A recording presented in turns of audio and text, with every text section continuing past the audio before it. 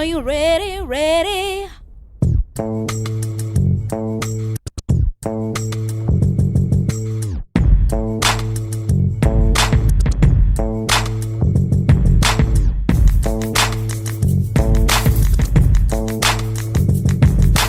Welcome to the Boom Room.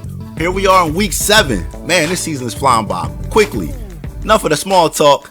Let's get into the recap. Let's start with TNT versus Lincoln Legends. For the second week in a row, TNT only got 1 touchdown from the rest of his team, not counting the quarterback. That's no way to win a game. Lincoln Legends played a nice, clean game, led by his running backs and Cooper Kupp. Big win for the Legends, just about ending any hopes of TNT winning the division. Now let's go on to G5 versus Machiavellians. On paper, this looks like it should be a great game, but Machiavellians looks like the team that's going to be snake bitten by injuries this year. His quarterback gets banged up during the game. His wide receiver suffers from food poisoning. Listen, G5 only scores 112, but wins comfortably. Like I said, if you're going to make some noise, sometimes you need just a little bit of luck. Down on 2, Bread Inc. versus the North. Another good game on paper. Bread Inc. has been struggling a little bit this season. We will see what he can rebound today. I knew he had to be a little bit nervous because the people on his bench were going off, and usually when that happens, that's not a good sign for the starters. But that wasn't the case for Bread Inc. Led by Dak Prescott, Dalvin Cook, and Cortland Sutton, Bread Inc. got off to a smoking lead. It looked like he was going to put the North to bed early. However, that all changed once the number 1 pick showed up and showed out. King Henry, what a show. Man, the North took the loss, but he still looks good. Down on 2, the Higher Power versus Jabronis. Another game, on paper, looked really exciting. Listen, the Higher Power dropped a deuce on the Jabronis. How do you score 200 points? 10 touchdowns, that's how. 5 players with at least 24 points. Man, the Higher Power looking like one of those teams to beat early on. Down on 2, El Cajinos versus Arizona Ron. What an exciting game. Let me set the scene for you. Arizona Ron is up around 32 points. He has his defense. Cajinos has his quarterback and a kicker. Now, Cajinos' quarterback is he's going against Arizona Ron's defense. What a game. Cajinos is down less than 5 points when the Bills decide to go for it. I know Cajinos was like, no. Josh Allen slips. If they take the field goal, that's at least 2 points for Cajinos. The game goes to overtime, and then when Tannehill gets the drive, every point that Tannehill gets, the defense loses. Oh, and by the way, did I mention Cajinos had the Bills kicker? Oh, a thrilling victory last week for the Cajinos. Agonizing loss this week. Man, that's fantasy football. Down on 2, another nail biter. Whooping that ass. Negro. What a game. Listen, let me set the scene for you with this one. Here we go. The game is about to go to overtime. Whooping that ass is down 1.6, and he has Najee Harris. I know Negro is like, this is it, it's over. He probably turned the television off, especially when Pittsburgh won the toss. However, Pittsburgh went 3 and out. Najee Harris only got 0.4, so whooping that ass was still down 1.2. Wait a minute, Pittsburgh gets some turnover. Oh, Najee Harris is going to get another chance. But no, Pittsburgh plays for the field goal. You got to be kidding me. Negro does it again. Break up the Negroes. That's 2 in a row. Oh. Now, I know I wasn't here last week, and the week before that, we had some breaking news, so we never got a chance to discuss some nice trades that were made in the league.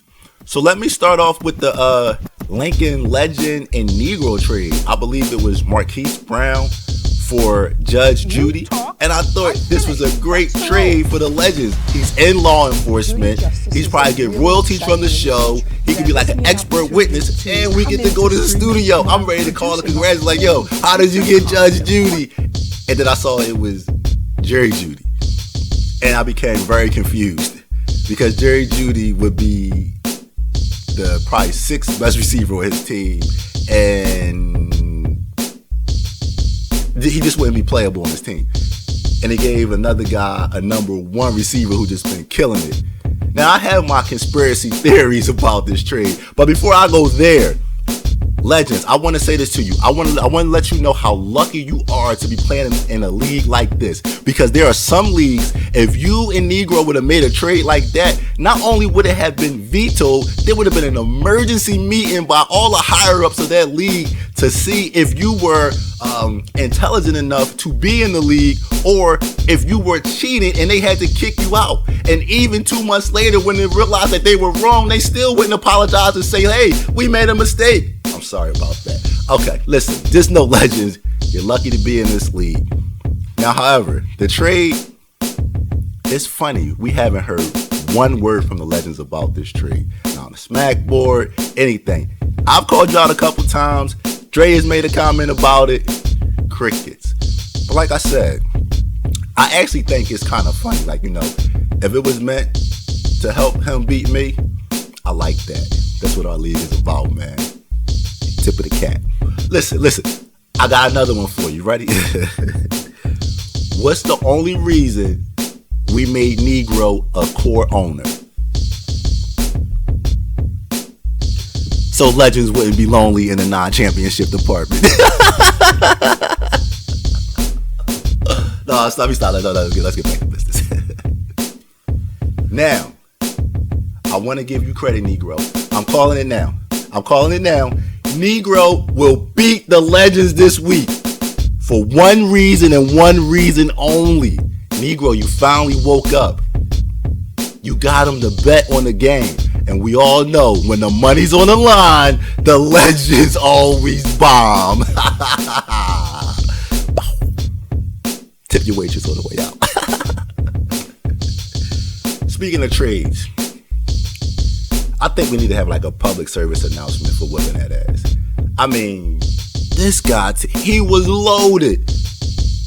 I looked at his team with a teeny bit of envy. And he didn't blow it up like in a good way. It was like he didn't pay his mortgage. He lost the house to the bank. And he's like, you know what, motherfuckers? I'm just going to blow this thing up. And ain't nobody going to get anything out of this crap. I mean, let's put a before shot up of his roster. Look at that. You're almost drooling at that. Now, after he makes the trade with the jabronis and Bread Inc., let's put an after picture up of his roster. I know, speechless, right? It's kind of like in reverse. You know how you have the before and after picture? Like before is like, after you like, ooh.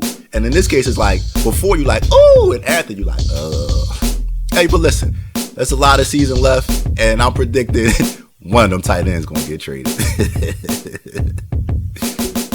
I got a fantasy football question. Now, seriously, all joking aside, this is for El Caginos. You remind me so much of myself playing fantasy football. And I don't mean that like in a rude trying to take a shot at you way. Everything that you do, the way you run your organization, it was me pre this conversation. And I'm going to have part of this conversation with you Caginos on camera. Whooping that ass would always try to give me fantasy football advice. And I would just tune him out because I just thought he was hating or he was just trying to get in my head. And one day I really listened to what he said when he was critiquing something about the way I played.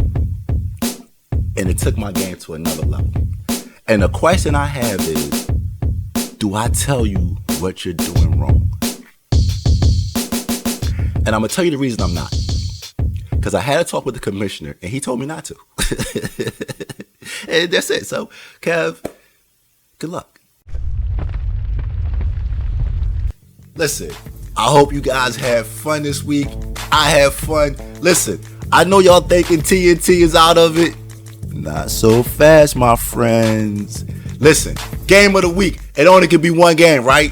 The Legends looking to go 98-0 versus the Negro. Can he finally get a victory? I say yes because the money's on the line. Can't wait to talk about it next weekend. Boom.